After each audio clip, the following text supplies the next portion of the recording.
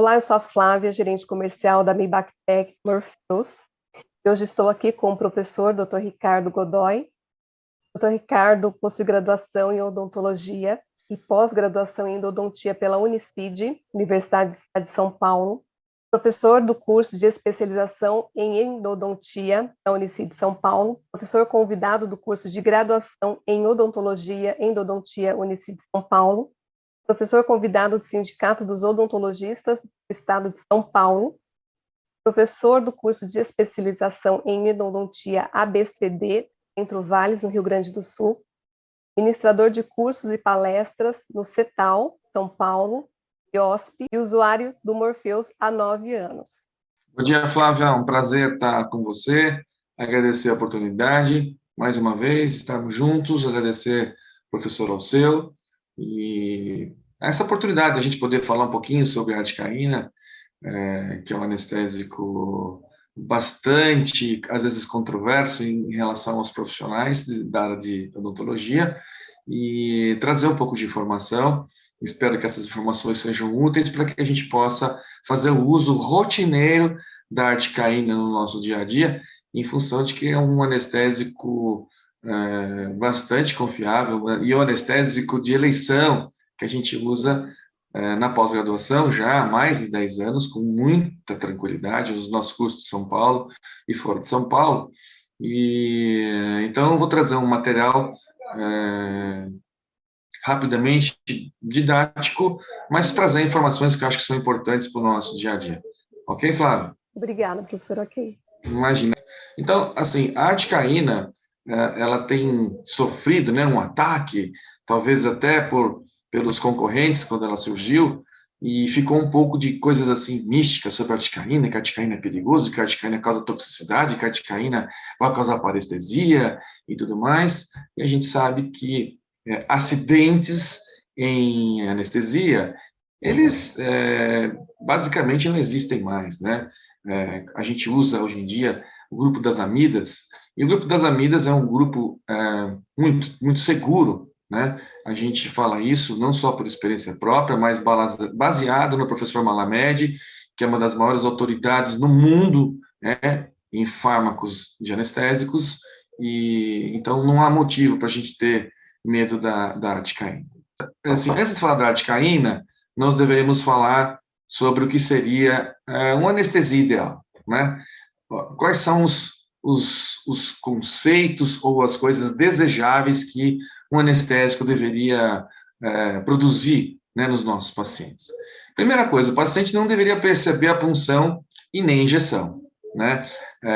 Depois que você já fez anestesia, seu paciente está anestesiado, ele não sabe que técnica você está usando, a qual especialidade você pertence, se você é buco, se você é pério, se você é endo, se você é prótese, se você é dentística, ele realmente não sabe do que está acontecendo. O único medo, o único indicador do nosso paciente é a picada e a ardência, eventualmente, da anestesia, né? Porque ele vê uma agulha vindo em direção à boca dele, ele realmente fica preocupado. Então, nesse aspecto, o Morpheus sai na frente, porque a gente consegue entregar início de dose, né?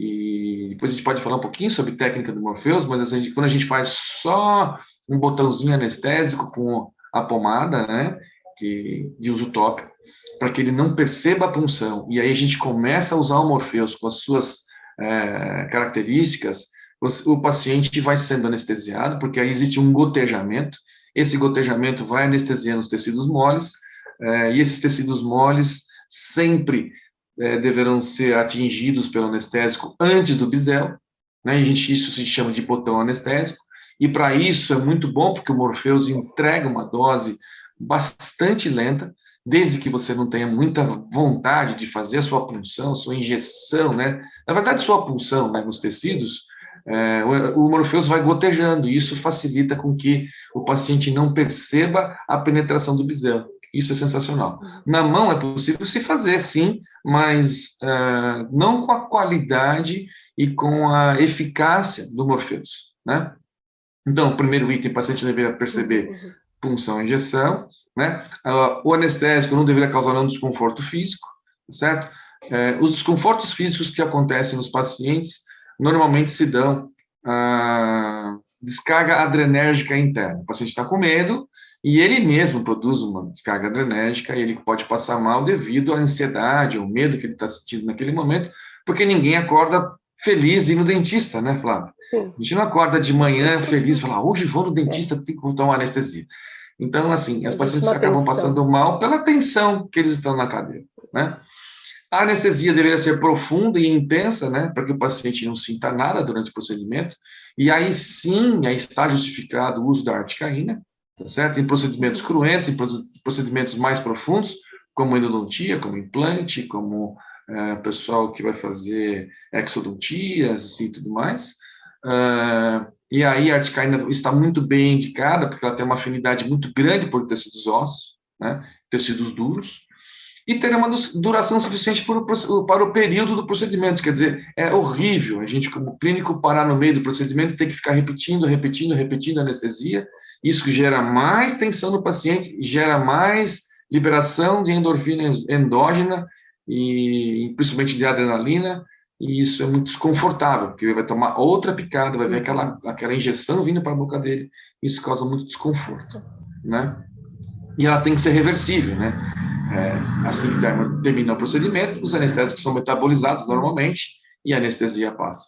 E, obviamente, não produzir nenhum tipo de sequela no paciente. Isso que seria uma anestesia ideal, e a gente tem condições de atender essas exigências, porque os anestésicos hoje em dia são muito seguros. De uma forma geral, a gente tem os anestésicos como são aminas terciárias, né? Nós tivemos anteriormente, né, nos anos 40, 50, 60, 70, os ésteres, né, que eram anestésicos altamente problemáticos, porque nós tivemos muitos choques anafiláticos, ainda vem um ranço dessa época, né, que a anestesia vai causar choque anafilático, a anestesia vai causar um problema sistêmico, que eu vou ter uma alergia. Não. Professor Manamed, os estudos, né, são insistentes em mostrar que as anestesias locais hoje são as drogas mais seguras do mundo. A anestesia local é um fármaco absolutamente confiável que você não precisa ter medo, né? E aí surgiu o grupo das amidas, e a gente vai falar para ela que são as anestésicos mais conhecidos hoje em dia, que podem ser empregados no nosso dia a dia com muita segurança, né? Como todo mundo sabe, os anestésicos por si só, eles têm vasoatividade, né? Eles são vasodilatadores. O anestésico por si só, ele é um vasodilatador. Ele provoca vasoatividade no vaso. Por isso que a gente precisa associar um vasoconstritor local, para a gente aumentar a eficiência do anestésico no local e aumentar a durabilidade, consequentemente, um tempo de ação desejável, né? A gente sabe também que os anestésicos por si só, eles têm um pH de 6,5, muito parecido com os tecidos, que são 7,4. Então, o anestésico sem vaso, ele arde muito pouco, né? Por isso que os anestésicos sem vaso são muito bem tolerados pelo organismo. Mas quando a gente adiciona, né, o vasoconstritor, você consegue ver meu mouse na tela, Flávio? Consigo. Quando a gente põe o vasoconstritor, Isso, o pH baixa para 3,5, então a gente tem essa ardência na injeção. A gente sabe que as moléculas dos anestésios têm a parte lipofílica, né, e a parte hidrofílica, que são importantes para promover esse mecanismo de ação do bloqueio do impulso nervoso, tá certo? Então, na verdade, o que a droga anestésica faz? Ela bloqueia a passagem de íons cálcio para o interior da membrana, né? Ela se liga a esse sítio e, portanto, ela bloqueia a passagem do sódio, né, na membrana celular, principalmente no neurônio, né, no corpo do axônio, e eu não tenho, portanto, uma perturbação celular que vai acontecer uma corrente elétrica, né, que é o estímulo. Né? Quando a gente provoca qualquer estímulo no organismo, qualquer que seja ele, existe uma despolarização de membrana, esse impulso nervoso caminha até chegar no cérebro, o cérebro vai interpretar o que está acontecendo. Não só na odontologia, mas o tempo inteiro o nosso organismo está sendo informado de temperatura, de pressão, de metabolismos, de produção endógenas e tudo mais. Quando a gente está na odontologia, a gente está provocando um estímulo normalmente agressivo, um estímulo doloroso. Então, quando a gente põe o anestésico local faz essa perturbação de membrana, essa membrana despolariza, sódio e potássio entrando e saindo da célula, eles têm cargas negativas e positivas, portanto, aparece a condução da corrente elétrica e quando chega no cérebro, o cérebro vai interpretar o que está acontecendo. O anestésico nada mais é do que uma droga que bloqueia essa ação e nós não temos, então, essa disposição elétrica e o cérebro não interpreta o que está acontecendo. Por isso que o anestésico faz efeito, né? Perfeito. Quais são, então, os anestésicos disponíveis no mercado hoje em dia, que estão às nossas disposições? Então, quando eu falei para vocês de ésteres, são os antigos anestésicos que nós tínhamos no mercado, que causaram realmente muito desconforto, muitos problemas de alergia, de choques e tudo mais, e que o único que sobrou atualmente é a benzocaína. Desses todos, o único que sobrou é a benzocaína, que é usado, né, nas anestesias odontológicas, mas como tópico, os nossos anestésicos tópicos ainda têm a resquício da benzocaína, que é muito bem aceita pelo organismo, é muito bem utilizada no nosso dia a dia, desde que bem utilizado, ele é excepcional para a gente provocar uma analgesia, uma anestesia superficial da mucosa ou do local que vai receber a punção, né? Isso é muito positivo, né? Para que o paciente não perceba nem a punção, né? Então, hoje nós temos as amidas de uso odontológico, basicamente são 4 anestésicos que a gente tem à nossa disposição, Lido, Prilo, MEP e ART, tá certo? Além de outros, como a bupivacaína, que é apenas em uso hospitalar, mas que dá um tempo de pós-anestésico de 10, 12 horas, não nos interessa, né? E a articaína, que está aí, que é o grande bicho-papão, mas assim, eu acho que já foi mais, viu, Flávio? Já foi por mais tempo um anestésico que tinha muito receio de ser usado, mas hoje em dia, graças a Deus, esse medo está caindo, tá? Então, quando eu estou no consultório, né, e eu vou começar a anestesiar, eu vou escolher o meu anestésico local.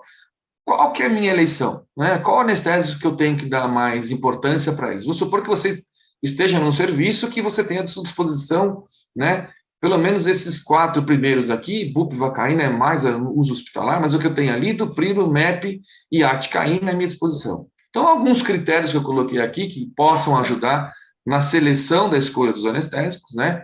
Então, a primeira coisa seria, que tipo de intervenção eu preciso fazer?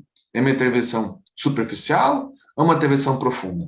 Né? Vai exigir que eu tenha uma potência, né, desse anestésico muito boa? Então, eu vou ter que partir para o anestésico de maior potência, que seria, no caso, a articaína. Certo?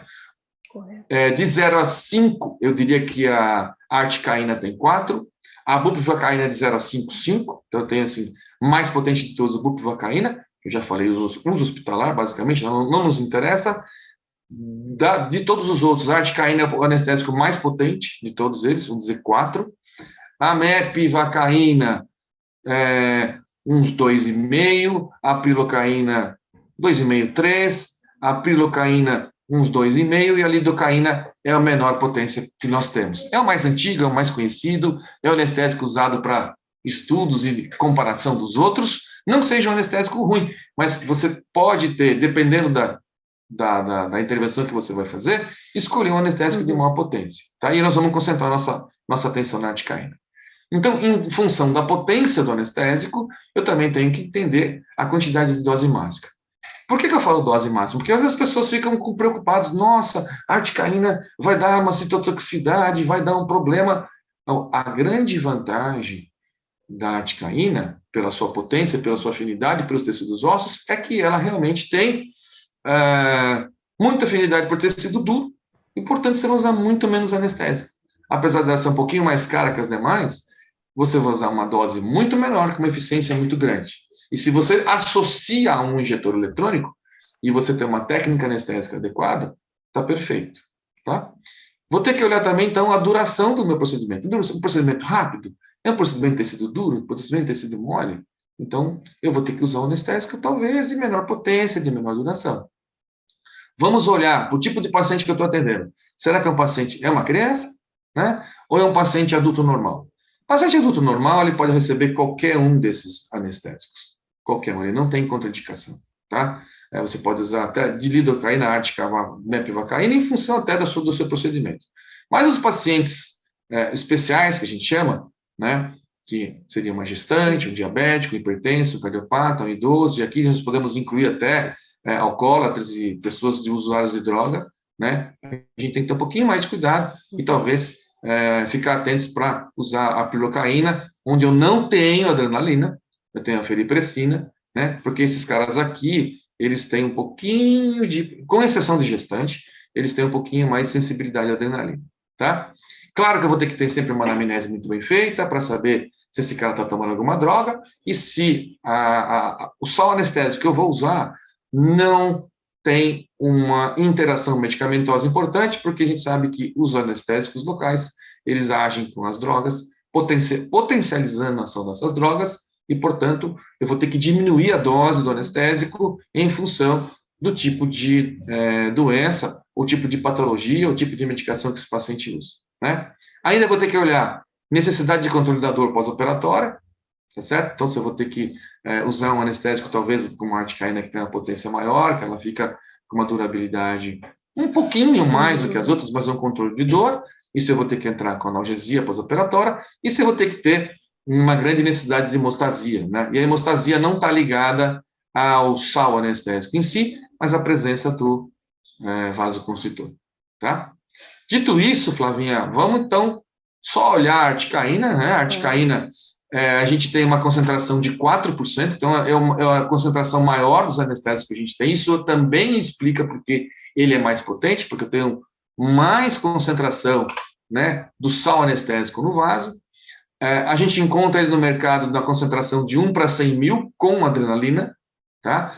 Nós tínhamos anteriormente, aí a DFL proporcionava para a gente a concentração de 1 para 200 mil, que os estudos mostram que a concentração de vasoconstritor de 1 para 200 mil, quer dizer, um vasoconstritor mais diluído no anestésico com maior concentração, funcionava muito bem, né? Mas por algum motivo eles tiraram a concentração de vasoconstritor de 1 para 200, hoje eu tenho um vasoconstritor de 1 para 100 mil, que ok também, né? Ela é considerada amida e éster, tá? Por que a articaína também é considerada amida? Porque parte dela é metabolizado como a prilocaína no sangue, no plasma, né? Então, pela pseudocolinesterase, né? Então, ela também é metabolizada nas enzimas sanguíneas e metabolizada no fígado, tá? Excreção dela é renal, tá certo? Ela está no mercado já há 21 anos, desde abril de 2000, não é um anestésico novo, é um anestésico que já tem uma certa idade. Em 2011, já é o anestésico mais usado nos Estados Unidos, né? Atualmente é o anestésico mais estudado no mundo, né? Pelas vantagens que a articaína traz. Aqui tem a imagem mostrando para vocês aqui, não é propaganda da DFL, tá? Mas é só para a gente ilustrar. Esse articaína 200 é quando a gente tinha os 200 mil, de 1 para 200 mil de concentração do vasoconstritor, e agora a gente só encontra 1 para 100 mil, tá? Não me importa a marca, vocês têm que buscar fabricantes que tragam segurança, que tragam confiabilidade. Eu gosto muito dessas marcas aqui, então acho que são marcas confiáveis, porque o anestésico, ele tem que ter eficácia. Se você tem anestésico, tem um fabricante que você tem a produção duvidosa, a sua anestesia vai estar duvidosa, o seu procedimento vai estar prejudicado, né? Ela também tem excreção renal, com vasoconstritor, ela é um pouquinho mais ardida, porque o vasoconstritor diminui o pH. Quando ele diminui o pH, eu tenho uma ardência na minha injeção. Então, a minha droga, a ardência dela não está ligada à droga em si, mas à interação ou à adição do vasoconstritor. Ela tem um início de ação muito rápido, de 1 a 2 minutos ela começa a agir, ela começa a atuar, então o paciente percebe que a anestesia se instala muito rapidamente. A meia-vida dela é de 2 horas, é um tempo excelente para a gente, dá um tempo de trabalho muito grande, né? Então, ela é muito bem indicada para endodontia, né? Para exodontias, sisos, enxertos, implantes, todos os procedimentos que exijam mais potência e mais durabilidade. Porque ela tem alta afinidade para os tecidos duros, produzindo uma anestesia profunda e duradoura. Eu já vou te mostrar por que da modificação da molécula, que eles introduziram enxofre na articaína, isso fez com que ela ficasse, mudasse, né, o dioanel para um anel diofênico, tá certo? Risco médio para gestantes, o Malamed aqui já começa a aceitar, né, o uso de articaína para gestantes com critério, com muito critério, às vezes você não consegue uma anestesia muito profunda, então um uso muito, muito, muito criterioso para gestantes já é aceitado, tá certo? E a segurança para a amamentação é desconhecida, como é para qualquer outro anestésico. Então, o ER para os gestantes, a gente sempre preconiza que a mãe, antes do procedimento, amamente o bebê. Antes disso, ela colheu 2 ou 3 mamadas, que ela vai reservar e vai dar em mamadeira. Amamenta, vai para o procedimento. Toma anestesia, acabou o procedimento, ela descarta as mamadas, né, que ela deveria dar para o bebê. Aquele leite que está reservado, ela dá para o bebê através de mamadeira, 2 ou 3 mamadas que ela reservou, e descarta aquela mamada que ela fez após o procedimento e ela pode voltar a amamentar depois. Certo? Certo. Anestésico. Posso te fazer 2 Claro, perguntinhas? por favor. Pode me interromper quando você quiser. Você falou, né, do tempo de duração da articaína. Da sua Uhum. experiência com Morpheus, eu estou perguntando isso porque é uma dúvida que eu recebo, às vezes, de alguns usuários. A casói, a gente sabe que as doses da casói, quando a gente fala de casói, a gente está falando de técnicas com Morpheus para molar e pré-molar inferior. Certo. Dose para pré-molares é 0,90 ml e a dose de molar é 1,2. Da sua experiência com Morpheus, quando você utiliza a articaína, qual o tempo de duração anestésica para um procedimento na endodontia? Olha, Flávio, eu vou confessar para você, eu já cheguei a fazer exodontias apenas com casói, né? Mas tem alguns fatores que são preponderantes. O paciente precisa ter um trabeculado ósseo esponjoso, né, na crista óssea, que permita que a agulha penetre alguns milímetros na crista. Às vezes o paciente tem um trabeculado ósseo bastante denso, e aí você não consegue tanta efetividade. Mas aqueles pacientes que você consegue penetrar com a agulha extra curta, de 9 ou de 12 milímetros, que seja, o tempo de duração é muito mais que suficiente. Eu faço endodontia, minha especialidade é endodontia, então é uma intervenção cruenta.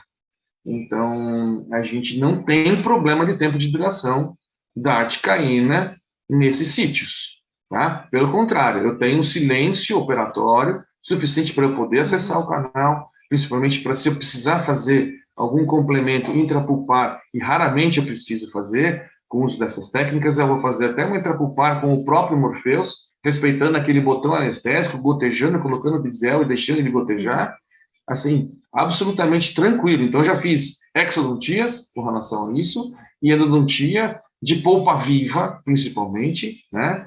De polpa viva. Porque de polpa morta, você é muito tranquilo, você vai fazer uma troca de medicação, você vai colocar um grampo, uma obturação, você pode usar o anestésico de menor potência, mas para a abertura de uma polpa viva, de uma polpa inflamada, né?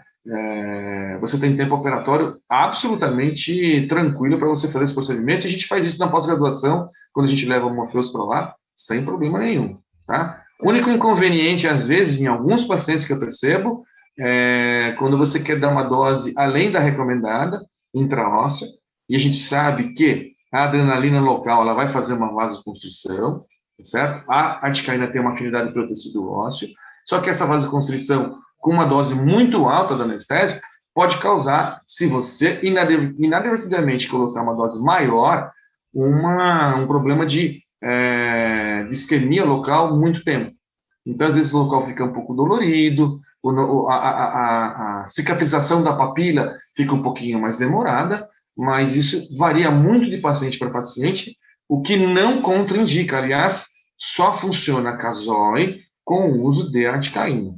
Se você tentar fazer a casói com qualquer outro anestésico, você vai ter uma falha e vai pensar que o sistema não funciona. Então, a casói foi desenvolvida para o uso de eleição de escolha da articaína. Tá? Perfeito. Okay? Essa ardência também, né, que existe aí na articaína, por conta dos componentes, com o Morpheus é minimizada, né, professor? Porque você tem ali a gotinha, sai a gotinha, ocorre... o gotejamento realmente previne com que você tenha essa ardência.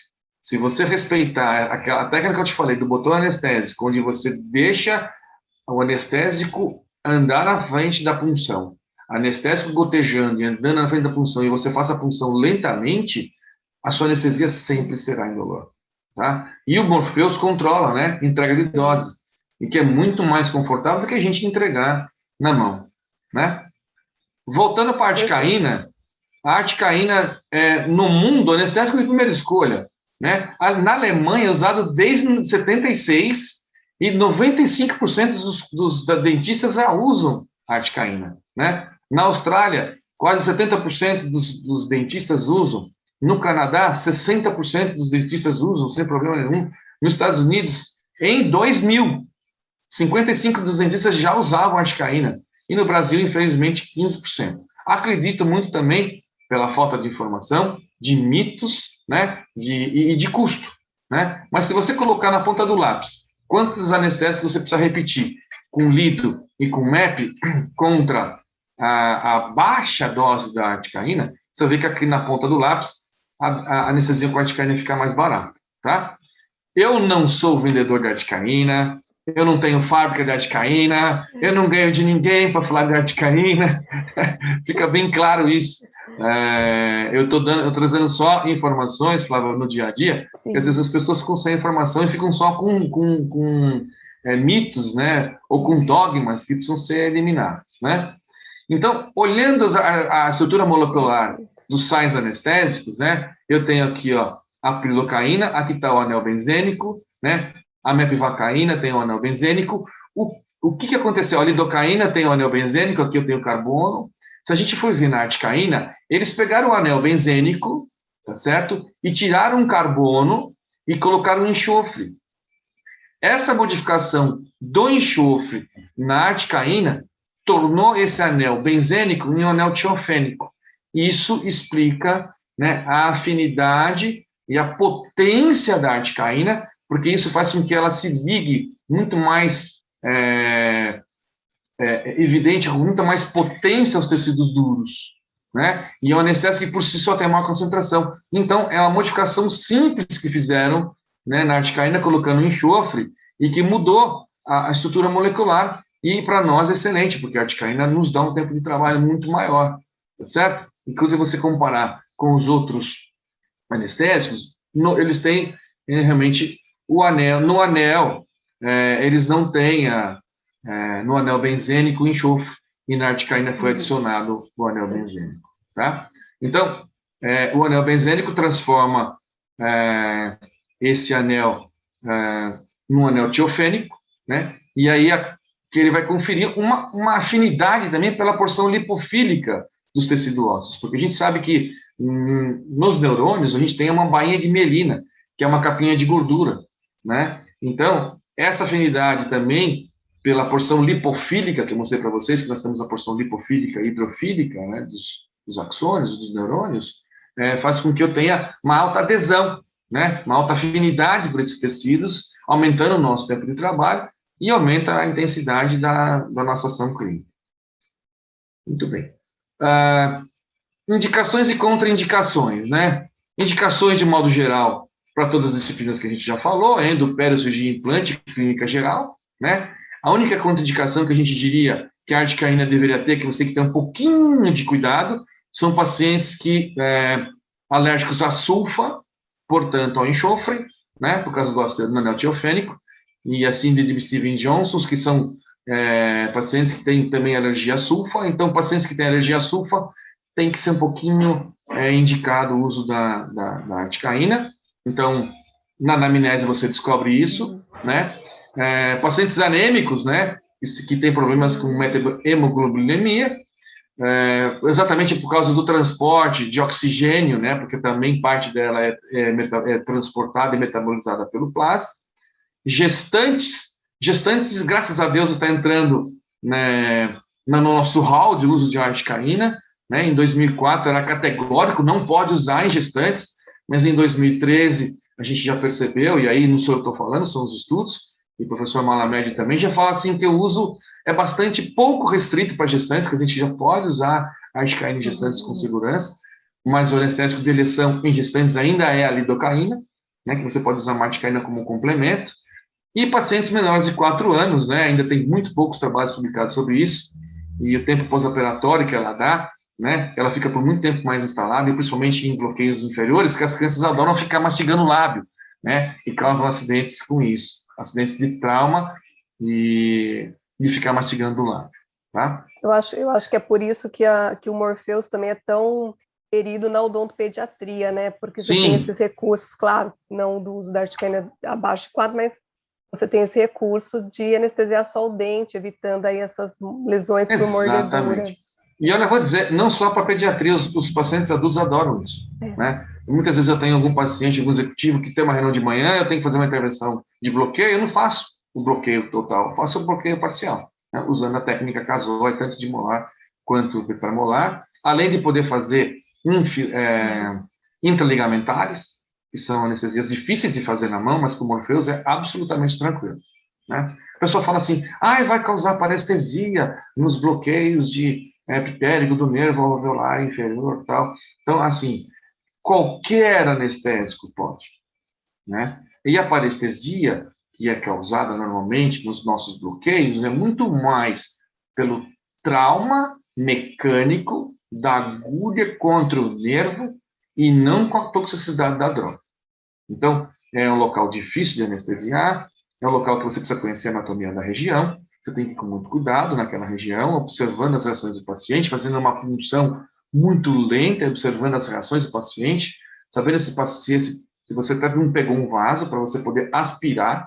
Então, a grande vantagem do Morpheus também é que você faz aspiração, e ele fazendo aspiração, você sabe se está dentro de um grande vaso ou de um pequeno vaso, né? Mas qualquer anestésico pode trazer parestesia, né? Lidocaína 34%, articaína 33%, lidocaína 25%, e assim a gente elimina essa grande dogma de falar que vai trazer parestesia. A parestesia, qualquer um pode trazer, porque eles têm toxicidade. E se você fizer um encharcamento, você fizer uma dose exagerada de qualquer droga anestésica, você pode ter uma complicação local por encharcamento. E aí você está avançando a dose que o organismo é capaz de absorver.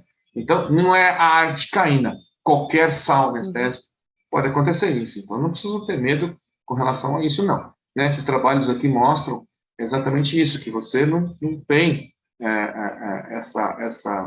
esse medo, esse problema de que vai causar parestesia. Vai causar parestesia a sua técnica incorreta e o trauma mecânico da agulha. Tá? Exatamente isso. Ó. A toxicidade é baixa, então o que acontece é trauma mecânico, né? Não podemos ter encharcamento, e às vezes você pega um vaso, e esse vaso, deixando uma hemorragia no local, né, vai levar a compressão de nervo e, portanto, uma parestesia temporária. Tá? Então, aqui esses trabalhos mostram que lidocaína, que é o anestésico mais antigo, o mais usado, que é o vovô dos anestésicos, comparado à toxicidade da articaína, eles têm toxicidades semelhantes.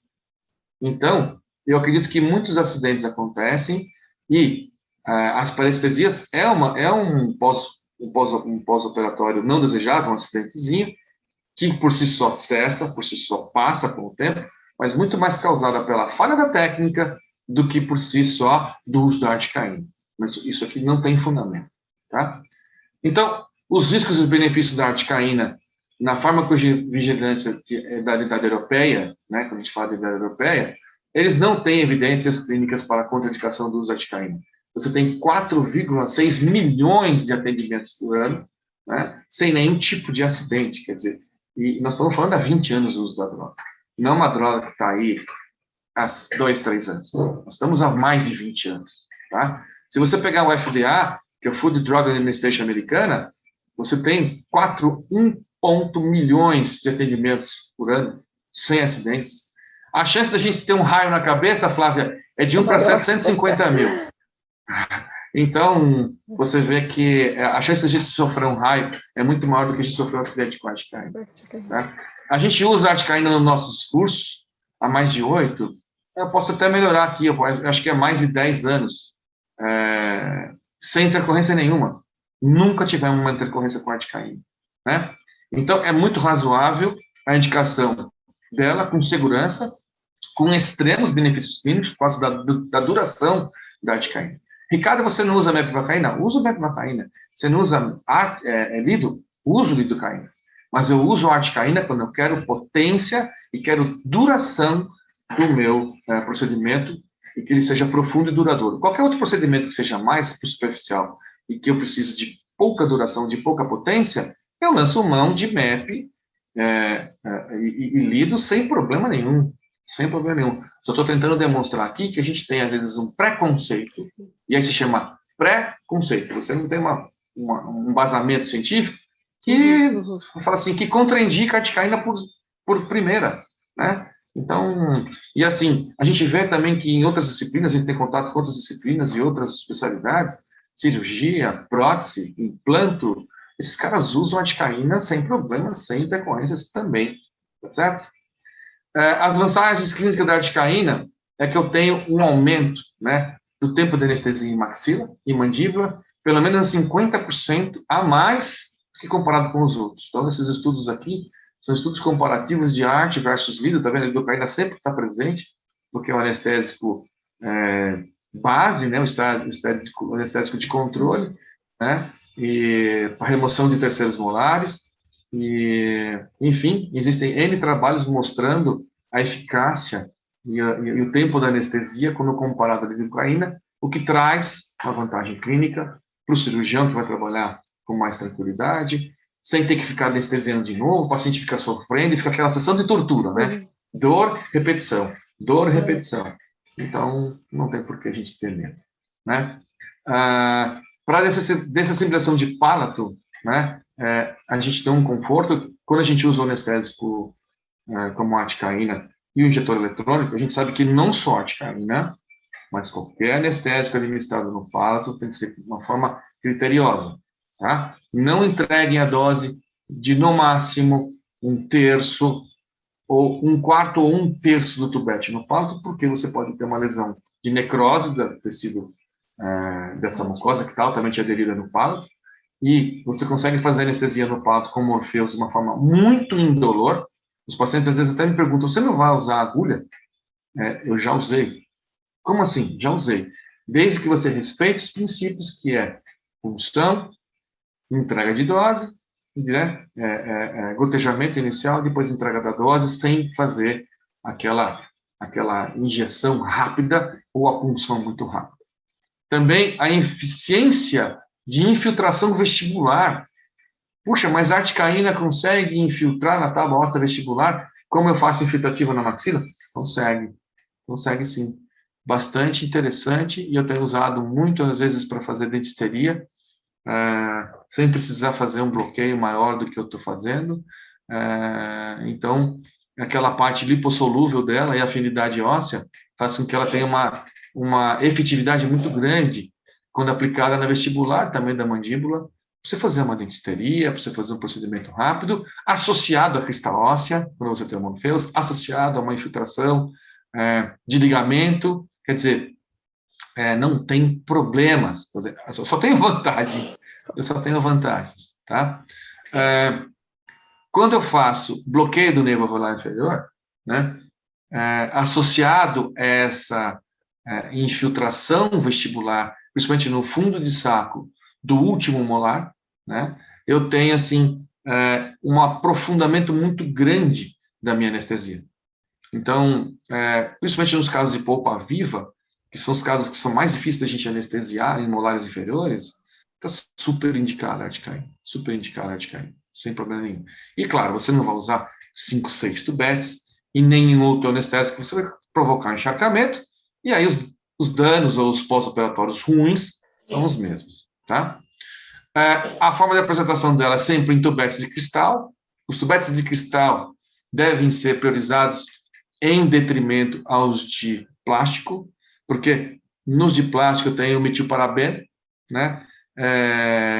E tenho que são antibacterianos, né?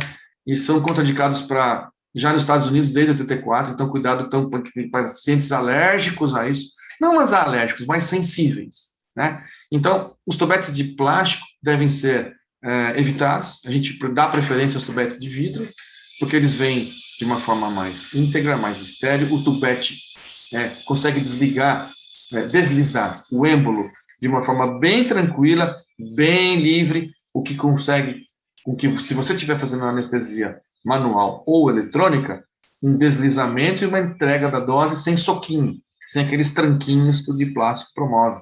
Então, o Morpheus, nesse aspecto, como ele entrega uma dose linear, o gotejamento ele é bem tranquilo, bem eficaz, né?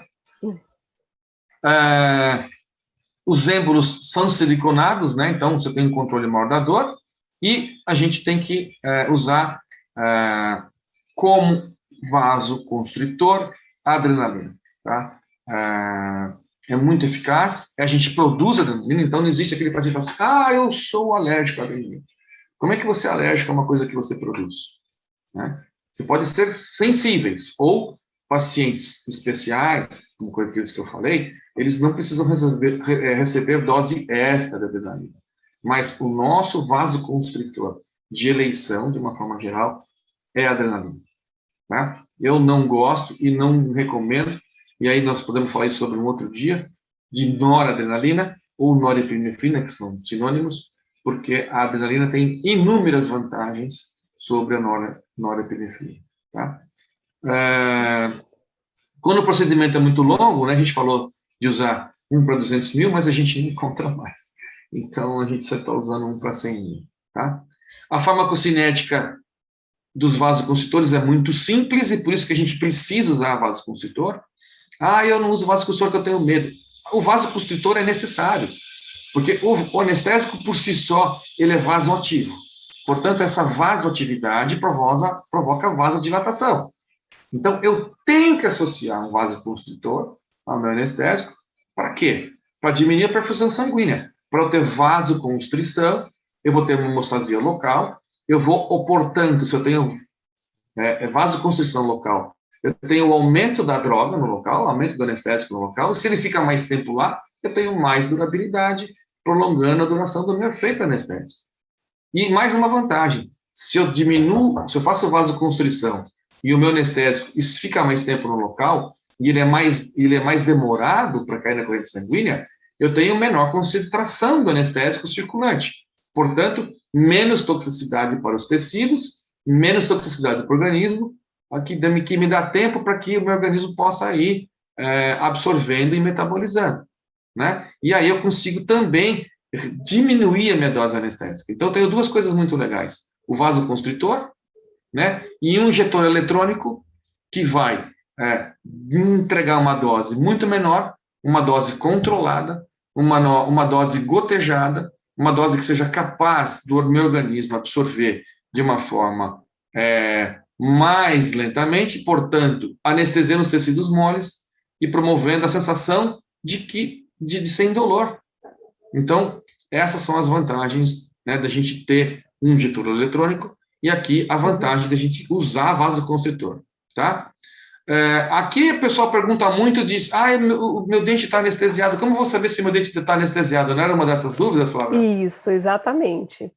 Então, exatamente, porque com o Morpheus, essas técnicas que são intraósseas, subperiósseas, elas não anestesiam bochecha, lábio e língua. Sim. Então, como saber que está anestesiado? Então, vamos lembrar o seguinte, nós temos duas ações dos anestésicos. A primeira ação do anestésico é em tecido mole, tá certo? Quando eu faço anestesia local do nervo, eu tenho a primeira ação em tecido mole. Então, eu tenho uma resposta clínica de que se eu fizer um bloqueio, por exemplo, qualquer que seja, se é terminal superior ou um bloqueio inferior, sinal clínico, está anestesiado o lábio? Está anestesiado o lábio. Isso é anestesia de tecido mole. Na sequência, acontece a anestesia do tecido pulpar. Então, necessariamente, o primeiro sinal clínico que nós temos é perguntar ao paciente se você está sentindo alguma coisa. Anestesiei canino, estou sentindo aqui a minha asa do nariz anestesiada, estou sentindo o meu lábio anestesiado. Ok, isso é um primeiro sinal. O segundo sinal, a gente não sabe quando ele acontece, que é a anestesia do tecido pulpar. E quando acontece a anestesia do tecido pulpar, que acontece na sequência, que é um aprofundamento da anestesia, o único sinal clínico que eu tenho é o seguinte: a hora que eu vou intervir no dente, o paciente dói ou não dói. Então, eu sei que o paciente está instalado anestesia pulpar quando eu estou manipulando o dente, quando eu estou acessando o dente, e esse paciente diz que não tem dor. Aí, nesse instante, eu tenho anestesia do tecido pulpar. Se eu tenho só anestesia do tecido mole, eu não tenho garantia de que o tecido pulpar está anestesiado. Então, se o paciente está com dor, você precisa complementar a sua dose, ou precisa complementar a região para que a anestesia do tecido pulpar aconteça. Lembrando que na mandíbula e até nível de molar, eu tenho 3 caras que fazem sabotagem para mim, né? Eu tenho o alveolar inferior, que penetra na mandíbula lá atrás, que é o principal bloqueio que eu preciso fazer, mas eu tenho 2 nervos importantes, o bucal, né, e o lingual. Então, se eu não anestesiar muito bem esses 2 caras, eu vou ter sabotagem na anestesia, e apesar do paciente estar mostrando que o tecido mole está anestesiado, ele tem dor quando você vai abrir. Então, você vai ter que anestesiar muito bem esses caras, que a gente pode ser um tema que a gente possa falar outro dia de como achar esses caras de uma forma muito rápida. Tá? De uma forma geral, que a gente chama de duração curta, de 30 minutos, duração intermediária, 1h30, e longa, mais de 1h30, acontece, e aí, de novo, eu estou falando de anestesia em tecido pulpar, que é aquela anestesia que está instalada, que eu consigo trabalhar e o paciente não reclama de dor. Tá? Se eu estiver usando anestésico sem vaso, é curta, é menos de 30 minutos. O que eu consigo fazer de procedimento com menos de 30 minutos? Pelo menos na minha prática clínica, eu não tenho anestésico sem vaso no consultório. Não tenho nenhuma indicação. Se eu tivesse que ter um anestésico sem vaso no consultório, eu usaria a mepivacaína 3%, que ela tem uma potência um pouquinho maior. Então, duração curta, MEP, lido, prilo, e aí prilo 4%, que não tem no Brasil, sem vaso.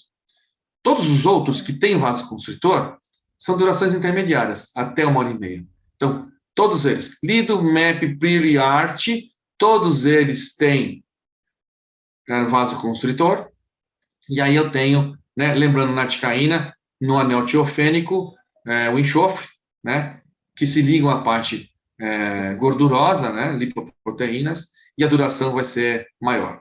Bupivacaína nem se fala, bupivacaína é 10, 12 horas, e aí a gente não tem uso odontológico, só uso hospitalar. Então, o que a gente tem que pensar em anestesia em tecido pulpar. Se o paciente está com dor, a anestesia não aprofundou o suficiente em tecido pulpar.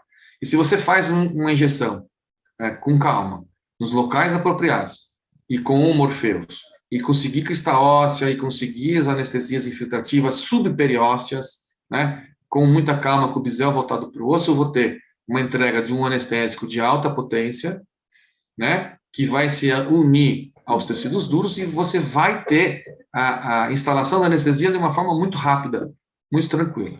Tá? Professor, aqui o slide muito... Pois não. Se a gente falar assim, um caso, né, de endodontia, ali de molar ou pré-molar inferior, como que você elege a sua técnica? Você falou sobre, né, a porosidade, tem paciente que tem uma porosidade diferente da outra ali no topo da crista, sim, mas como sim. você faz essa eleição, assim, se você o vai meu usar protocolo macazói? é sempre usar macazói, sempre, porque eu vou tentar dar o conforto de não anestesiar a língua, de não anestesiar o lábio, bochecha, bucinador, e o paciente fica completamente, né, sem controle motor. Então, eu começo com uma casói, isso, faço interligamentar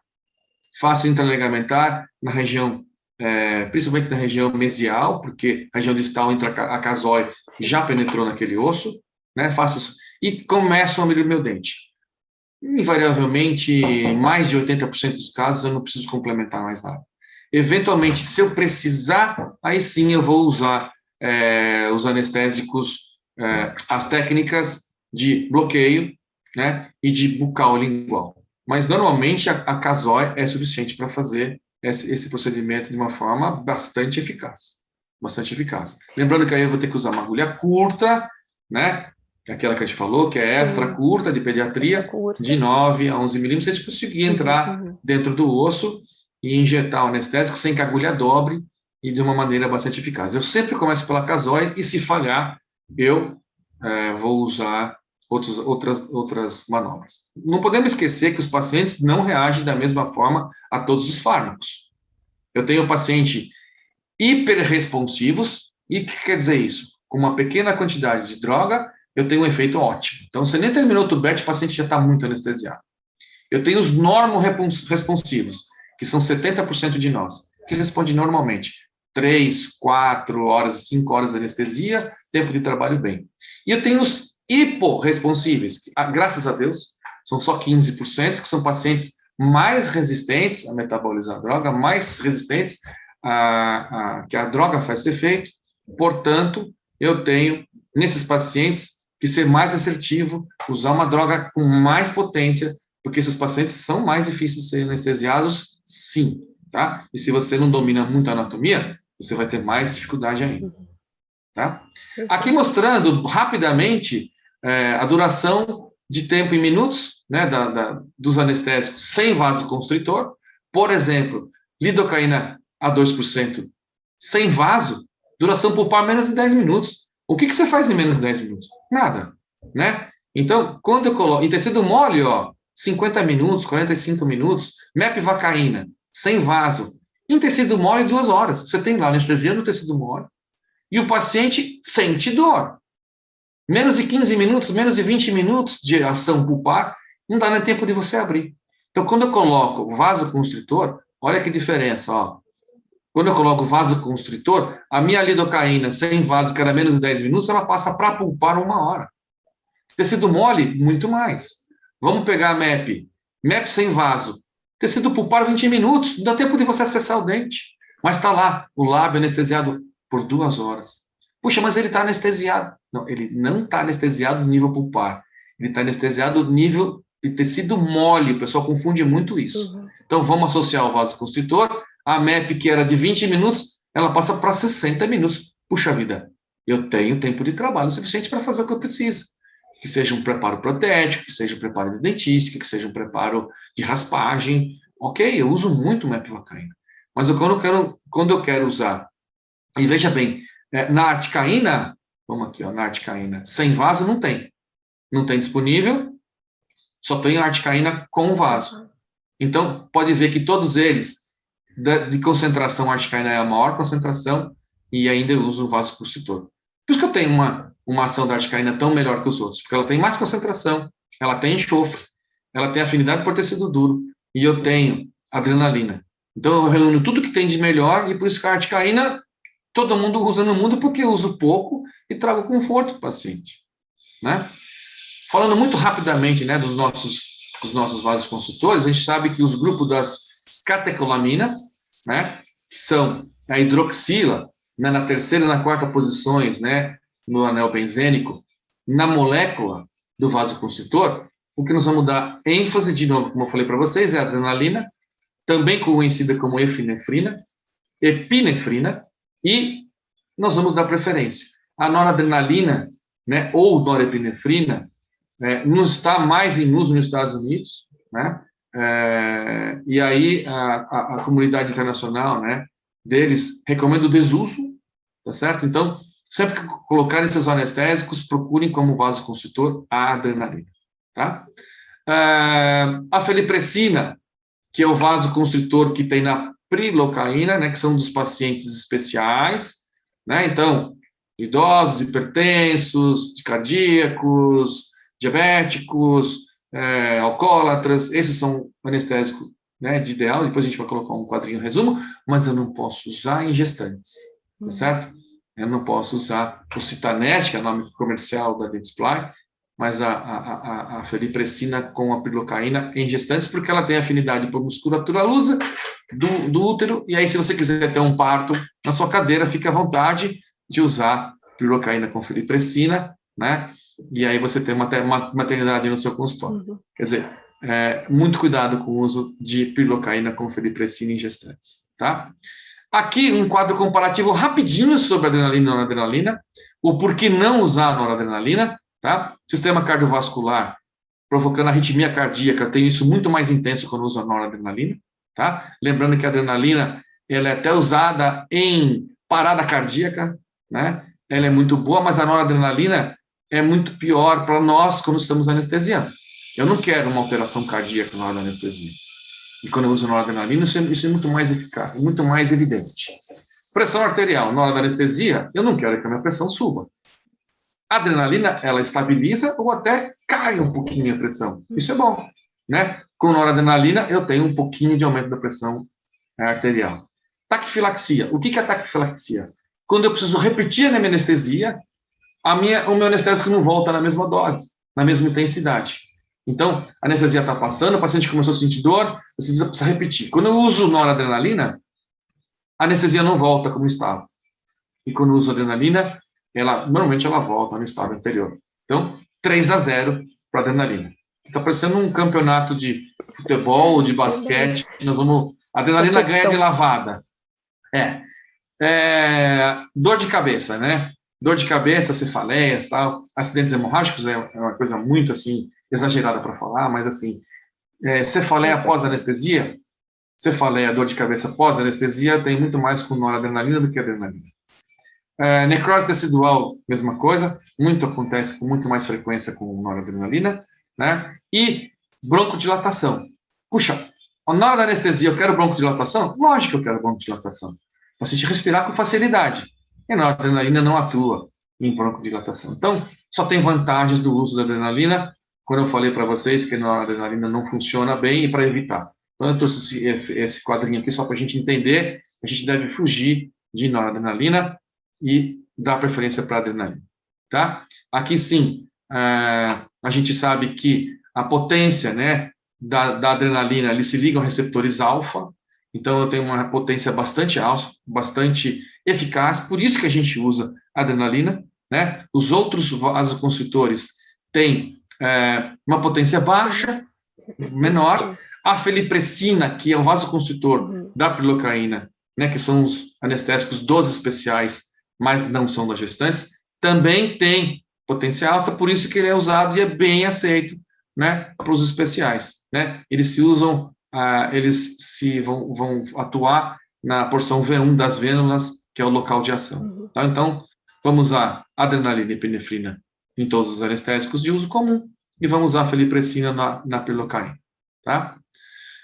Contraindicações da adrenalina. Hipertensos, né? Hipertensos que tem pressão arterial maior que 16/10, aí ele já está... São pacientes ASA 4, ASA 5, que não tem contraindicação de fazer anestesia no consultório. São pacientes que muitas vezes a gente precisa internar, precisa fazer o uso de anestésicos ou de sedação a nível hospitalar. Então, eles estão contraindicados não só para articaína, que tem adrenalina, mas para qualquer droga que usa adrenalina.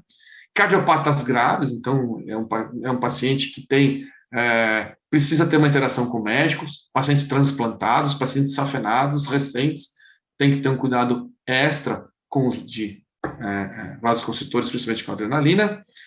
Pacientes que foram transplantados de válvulas.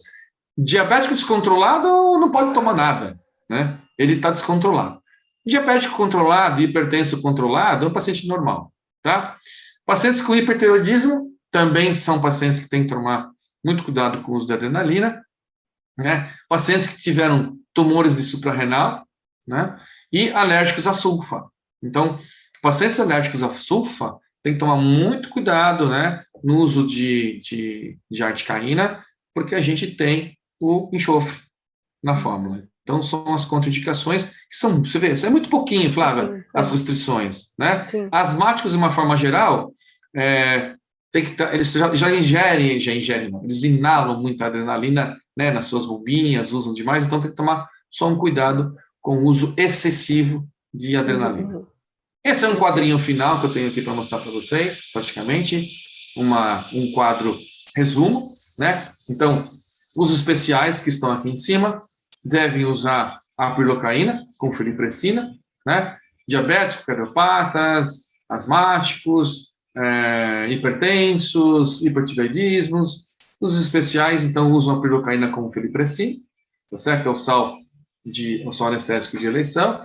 Idosos também, a gente tem que controlar um pouquinho do uso de adrenalina nesses caras, então também usaria prilocaína com felipressina. Gestantes alérgicos a sulfas, então eu usaria lidocaína, né, com adrenalina, 2 ou 3 tubetes, né, no máximo. Se você pode associar um pouquinho de arte para, às vezes, terminar uma consulta, mas com critério.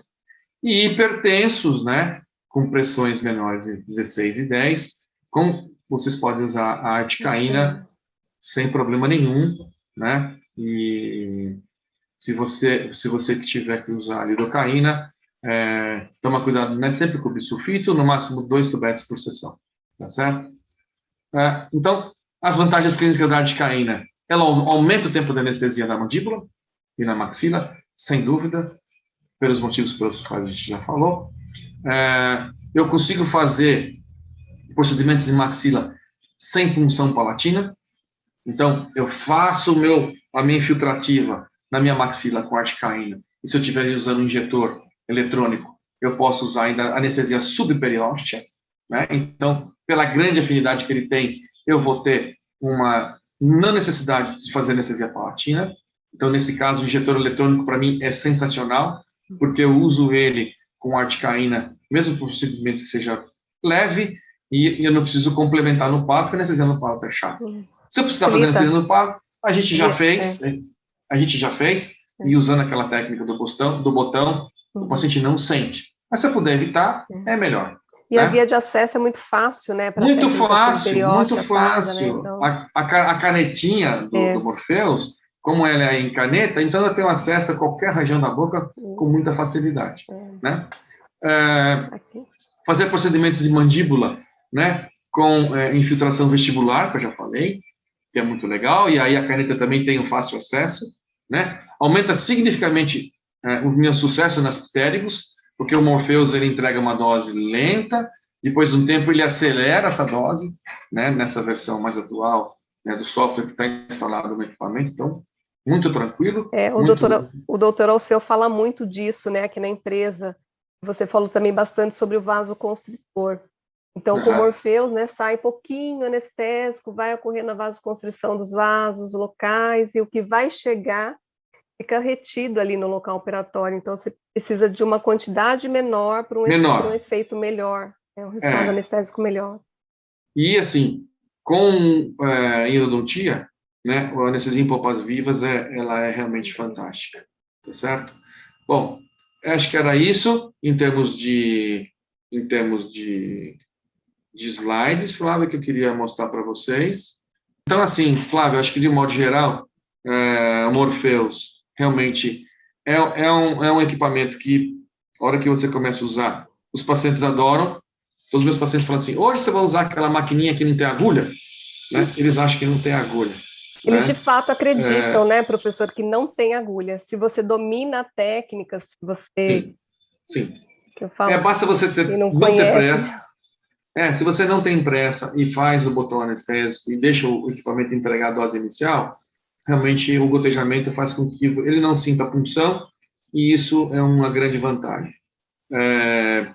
Existem alguns recursos muito importantes, acho que um dos mais importantes, claro, é a vantagem de você ter a aspiração. Né? A aspiração é uma coisa que eu bato muito na tecla com os alunos da pós, que você pudesse ter uma carpula que você conseguisse fazer a aspiração, para você ter certeza que você não está num grande vaso, ou mesmo num pequeno vaso. A gente quer anestesia em tecido duro e não dentro de vaso sanguíneo. Então, nesse aspecto, a aspiração do Morpheus é uma coisa muito interessante, que me dá a segurança de continuar anestesiando e não estar dentro de um grande vaso. Tá bom? Eu estou até aqui com o modelinho, né, só para quem não conhece a caneta, mas que eu acho interessante que você cria também, você fica com a mão estável, né, durante a aspiração, você não faz o movimento que é necessário com a carpule, você está aqui, pisa ali no pedal de acionamento da aspiração, que é no pé, através do pé. Sim. Então você não movimenta, e isso te dá mais segurança de que realmente a injeção vai ser exatamente no local que a sua mão fica exclusivamente para direcionar a agulha. E o seu pé que faz a entrega da dose. Então, assim, o uso de injetores eletrônicos é uma realidade hoje no mundo, não só no Brasil, mas nos outros países, na América do Norte, na Europa, na Ásia toda. Eu acredito que, com o tempo, as pessoas vão entendendo que o injetor eletrônico ele vai fazer parte do seu dia a dia clínico de uma forma... não tem volta. Depois que você começa a usar, você não tem como deixar de usar. Eu anestesio muito bem com anestesia manualmente, mas eu não consigo me comparar com a velocidade de entrega que o Morpheus é capaz de entregar, né? E é uma aquisição que eu acho que vale muito a pena.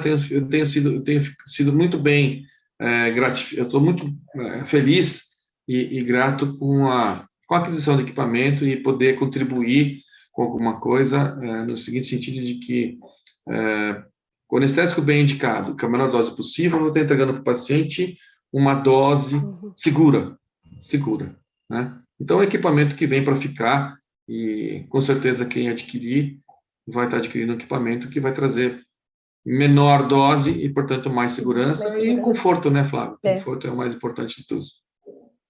Perfeito, professor. Agradeço muito a sua aula. Imagina, Vai ser de não só um grande bate-papo. contribuição aí para os nossos usuários.